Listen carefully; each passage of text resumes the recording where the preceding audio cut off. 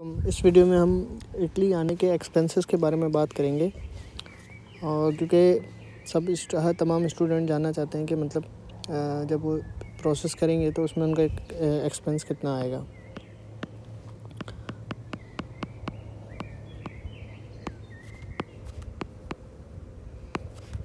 इसको हम initial cost भी बोल सकते हैं कि क्योंकि ये इनिशियल कॉस्ट होती है यहाँ आने की।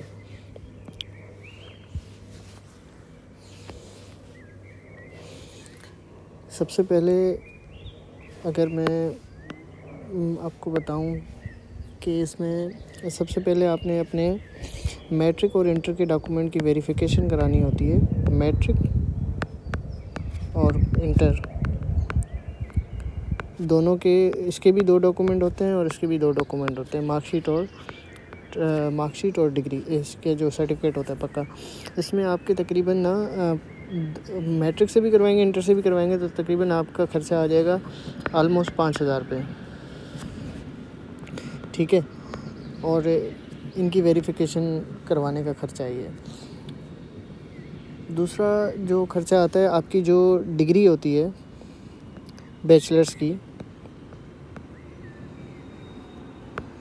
बैचलर्स डिग्री, उसकी जो वेरिफिकेशन होती है HEC से, उसका खर्चा आ जाएगा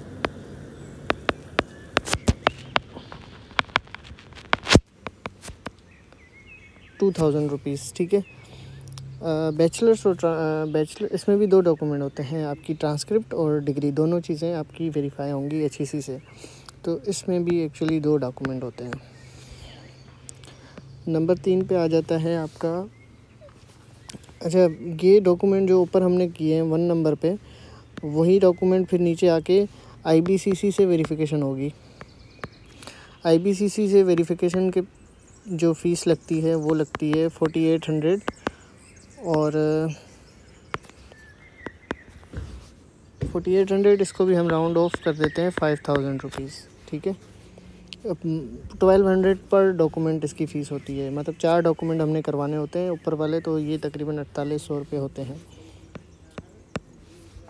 उसके बाद हम आ जाते हैं, अच्छा आपने यूनिवर्सिटीज़ में जब अप्लाई करना होता है, इटली यूनिवर्सिटी में एडमिशन की जो फ़ीस होती है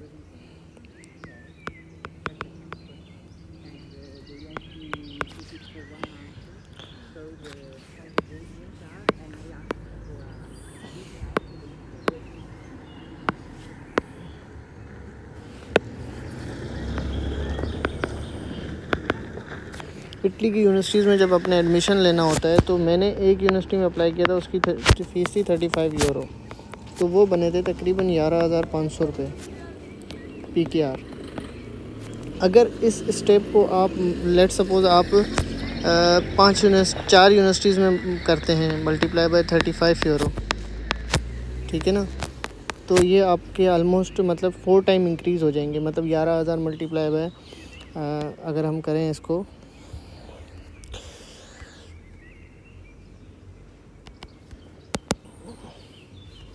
ग्यारह 11,500 मल्टीप्लाई बाय 4, तो ये तकरीबन आपके 46,000 इसकी रकम बन जाएगी। लेकिन ये स्टेप आपके यूपर है कि आप कितनी यूनिवर्सिटीज़ में अप्लाई करते हैं, ठीक है। तो ये इट्स अप टू यू है कि आप इसको एक यूनिवर्सिटीज़ में अप्लाई करते हैं या आप जो है मल्टीपल यूनिवर्सिटीज़ में अप्लाई करते हैं। तो मल्टीपल में भी लोग करते हैं, और तो ये एक्सपेंस आ रहा होता है आपका। लेकिन एट द एंड आपको एक यूनिवर्सिटी में जाना है, और ये आपके ऊपर होता है कि आप कितनी यूनिवर्सिटीज़ में अप्लाई करते हैं। नंबर 5 पे अगर आ जाएं हम, तो ये आपको पता है कि मैंने अपनी पहली वीडियो में बताया था कि एडमिशन लेना पहला स्टेप होता है, और सेकंड स्टेप होता है प्री इनरोलमेंट और वीज़ा एप्लीकेशन। तो प्री इनरोलमेंट फ़ीस होती है जो ये फ़िक्स है, प्री इनरोलमेंट फ़ीस जो आप एक यूनिवर्सिटी में जाएंगे तो उसकी 156 यूरो बनती है। और मतलब मैंने जब पाकिस्तान से पे की थी तो मेरे पैसे लगे थे इसमें 53,000 रुपीज़। 53,000 रुपीज़। और नंबर 6 पे आ जाता है सीमिया, जो कि एक बड़ा एक्सपेंस है हमारे लिए। सीमिया जो हम अपनी जो है 2 डॉक्यूमेंट लेते हैं, COV सॉरी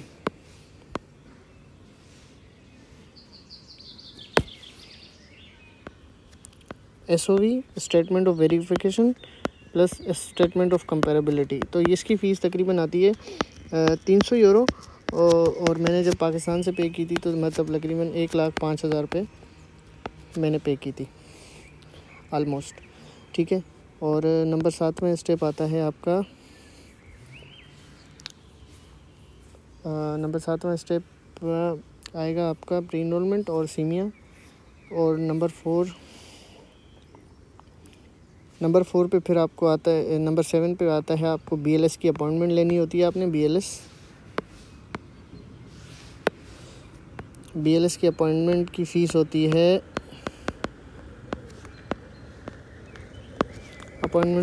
तकरीबन 10,000 रुपये, ठीक है। और 8वें नंबर पे आता है जब आप फ़ाइल देने जाते हैं, ठीक है। और वीज़ा फ़ीस होती है। वीज़ा फ़ीस जब आप अपॉइंटमेंट के दिन जाएंगे, on the day of appointment, तो ये वो तकरीबन 15,000 आई थिंक 500 है या इसके आसपास है, इतनी ही है, ठीक है। तो ये फ़ीस भी आपकी होगी। उसके बाद एक चीज़ मैं ऊपर जो सबसे पहली चीज़ भी कह सकते हैं, लेकिन मैं यहाँ पे लिख रहा हूँ, जब आप अपना पासपोर्ट बनाते हैं वो भी एक एक्सपेंस होता है, तो उसको भी आप यहाँ लिख ही लें कि पासपोर्ट आपका बनता है आई थिंक 5,000 रुपये का बनता होगा। मुझे अभी करंट रेट नहीं पता क्या फ़ीस चल रही है 10 साल वाले का। पहले तो ये फ़ीस थी 4500, तो मैंने इधर 5,000 लिख दिया। तो ये भी एक एक्सपेंस ही है जब ये सारा इसमें शामिल होता है। उसके बाद होता है नादरा से FRC आप निकलवाते हैं जब ऑनलाइन, तो फैमिली रजिस्ट्रेशन सर्टिफिकेट, तो उसकी फ़ीस होती है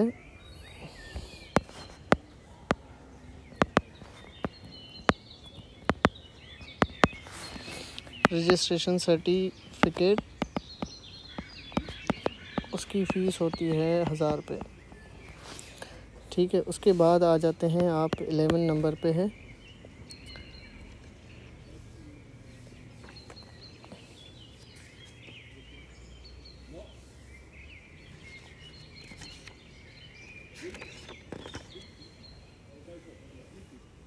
ठीक है। अब ये यहाँ तक का ख़र्चा जो है ना, ये ख़र्चा है यहाँ जब आप वीज़ा फ़ाइल दे के आ चुके हैं, लेट सपोज़ ना, ये यहाँ तक का ख़र्चा है।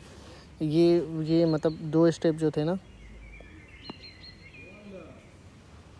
ये वाले, ये 2 स्टेप 7 और 8, ये तो जब आप फ़ाइल देते हैं यहाँ तक हो जाता है, ठीक है। और ये 2 चीज़ें तो बड़ी इंपॉर्टेंट हैं, आपको पता है कि 9 और 10, तो ये 2 चीज़ें भी आप जो है वो इनिशियल प्रोसेस में ही कर चुके होते हैं, ठीक है।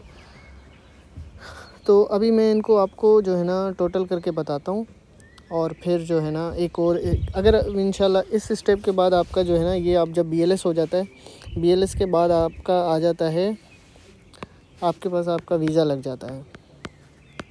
वीज़ा के बाद क्या ख़र्चे होते हैं वो भी मैं आपको भी यहाँ पे बताऊँगा, ठीक है। यहाँ पे देख सकते हैं सम अप मैंने किया है। सबसे पहली फ़ीस 5,000, उसके बाद 2,000 रुपये, फिर 5,000, फिर अच्छा मैंने यहाँ पे 23,000 लिखा है ना।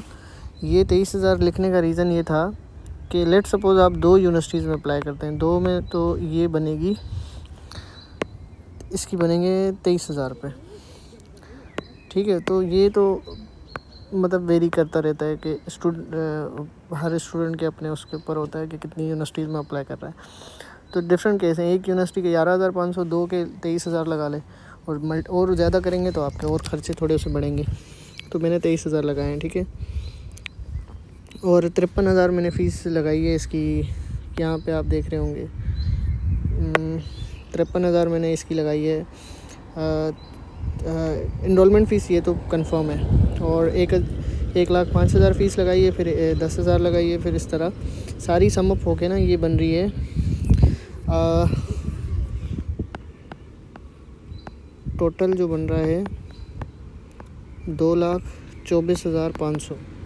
ठीक है। अब वीज़ा अगर आ जाता है इंशाल्लाह, मोस्ट ऑफ द केसेस में वीज़ा आ गया, तो फिर आपने फ़्लाइट करवानी होगी अपनी फ़्लाइट। एक चीज़ मैं यहाँ पे भूल गया हूँ, जो मैं यहाँ पे ऐड कर देता हूँ, ठीक है। वो आपके ऊपर वाले खर्चे में ही शामिल है कि आपने इंश्योरेंस लेनी होती है, ठीक है। इंश्योरेंस वो 10,000 रुपये की मिल जाती है, ठीक है। तो 2,34,500, ठीक है। उसके बाद जो है ना, उसके बाद आपकी फ़्लाइट आ जाती है। फ़्लाइट तो फ़्लाइट वेरी करती है, सस्ती भी होती है, महंगी भी होती है, डिपेंड करता है। तो मतलब 1,22,000 लगा लेते हैं, ठीक है। ये अप्रॉक्स बनते हैं 400 यूरो। तो सस्ती भी फ़्लाइट आने की होती हैं, पेगासस वगैरह और किस तरह के ऑप्शंस। तो वो ये है कि आपका फ़र्स्ट टाइम होगा तो आप देख लीजिएगा कि आपको कौन सी किस में ट्रैवल करना है। मुख्तलिफ़ ऑप्शंस होते हैं वहाँ पे, ठीक है। तो अगर इसमें हम ऐड कर लेते हैं 10,000 प्लस 1,22,000, तो ये बन गए हैं 3,56,500, ठीक है।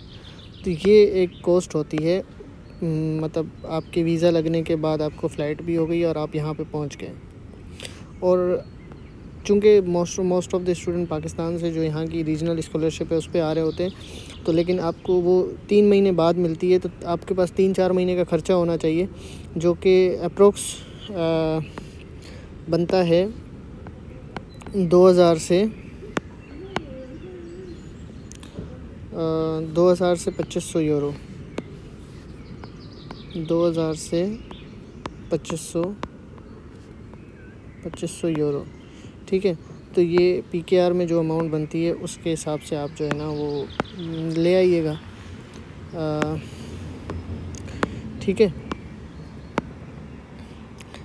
ये अमाउंट आपके पास होनी चाहिए इनिशियली, क्योंकि 3-4 महीने के बाद आपको यहाँ पे स्कॉलरशिप की अमाउंट मिल जाएगी, तो तब तक आपके पास खर्चे के लिए होने चाहिए यहाँ पे, रेंट वगैरह, ग्रोसरीज वगैरह के लिए, ठीक है। तो ऑलमोस्ट मैंने तमाम ही खर्चे आप लोगों को बता दिए हैं इस वीडियो में, ठीक है।